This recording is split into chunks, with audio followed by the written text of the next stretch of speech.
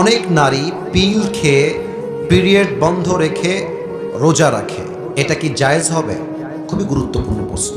অনেক নারী প্ল্যান করে যে আমি পিরিয়ড বন্ধ রাখার জন্য পিল খাবো, এতে করে আমার পিরিয়ড বন্ধ হয়ে যাবে, আমি আরামে আয়েসে রোজা রাখবো, কোনো প্রবলেম আমি ফেস করব না। এটা কি আদৌ জায়েজ আছে কিনা?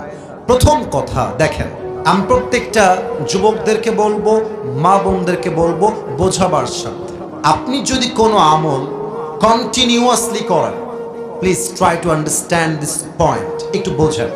আপনি প্রত্যেক দিন 5 ওয়াক্ত নামাজ বা জামাআত আদায় করেন, একটা দিন প্রচন্ড বৃষ্টি হয়ে গেছে অথবা আপনি অসুস্থ হয়ে গেছেন, হাদিসে এসেছে যেহেতু আপনি অলওয়েজ এই আমলটা করেন, বৃষ্টির জন্য অথবা আপনার ফিজিক্যাল সিকনেসের জন্য আমলটা মিস হয়ে গিয়েছে, আল্লাহর হাবিব বলছেন যেহেতু বান্দা সুস্থ থাকলে আমলটা করত, যেহেতু বান্দা বৃষ্টি না হলে জামাতে গিয়ে নামাজ আদায় করত অবশ্যই, এখন যদি সে বাসায় বসেও নামাজ পড়ে, জামাতে নামাজ পড়লে যে সওয়াবটা হতো আল্লাহ সেই সওয়াব তার আমল নামায় লিখে দেবে। এক নাম্বার কথা, প্রিয় বোন, যেহেতু আপনি রোজা রাখতেন আল্লাহ জানেন, অতএব এটার জন্য পেরেশান হওয়া কোনো প্রয়োজন নেই। যেহেতু এটা আল্লাহর দেওয়া একটা বিধান, আপনি বাড়াবাড়ি করবেন না। আপনাকে রোজার সওয়াব দিবে একজন, আওয়াজ দিয়ে বলেন সবাই, তিনি কে?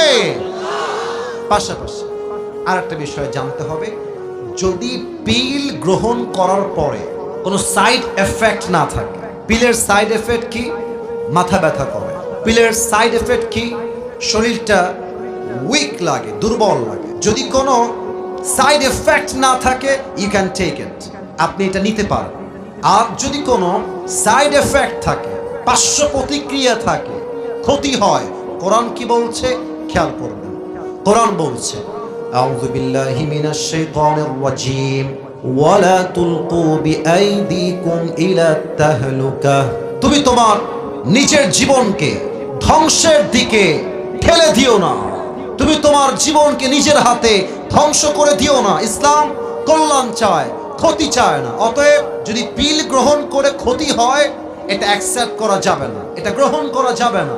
আর যদি পিল গ্রহণ না করে আপনার মাসিক হয়ে যায়, পিরিয়ড হয়ে যায়, টেনশন করবেন না, আপনাকে সেম রোজার সওয়াব দান করবে একজন, বলেন সবাই, তিনি কে?